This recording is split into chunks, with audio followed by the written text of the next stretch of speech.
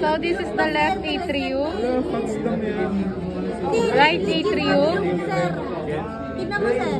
Tapos meron tayong left ventricle. Tapos ito, sir. Oh, ito, yan.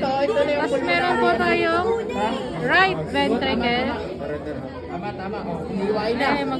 Tapos na kami. Tapos, sa taas naman po, meron po tayong, ito yung pulmonary trunk. Itong first na butas. Yan. Ito po yung aorta, yung pangalawang butas. Ayan, mapasok.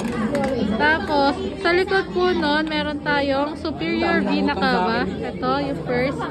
Ito. Yan, ito. Tapos yung interior, ito. Ayan po. Superior, inferior. Dami. Ito yung right. Ito yung left. So, ito yung pulmonary trunk. Aorta. Ito yung ascending aorta. Yung aortic septal valve. Itong part. Ditong part. Pag pinasok, ditong part. Ayan. Yan. Pag pinasok. Tapos, yung right auricle, ito. Right auricle. Yan. Ito. Tapos, yung pectinate muscle, ito. Itong part na to. Ito.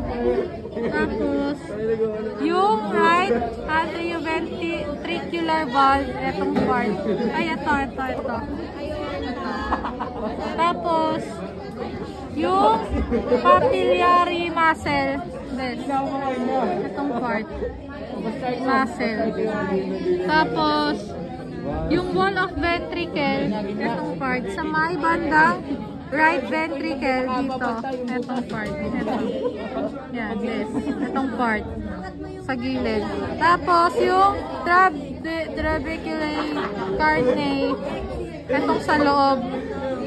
Itong loob. Ito, sa loob. Ayan, ito. Ayan. Tapos, yung interventricular septum, itong part. Ito. Okay, last item na harap na natin.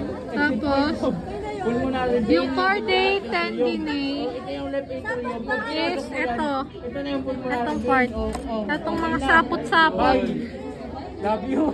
Tapos yung left atrioventricular mitral valve disc. Ay, ito. Itong loob. Itong part, ditong part.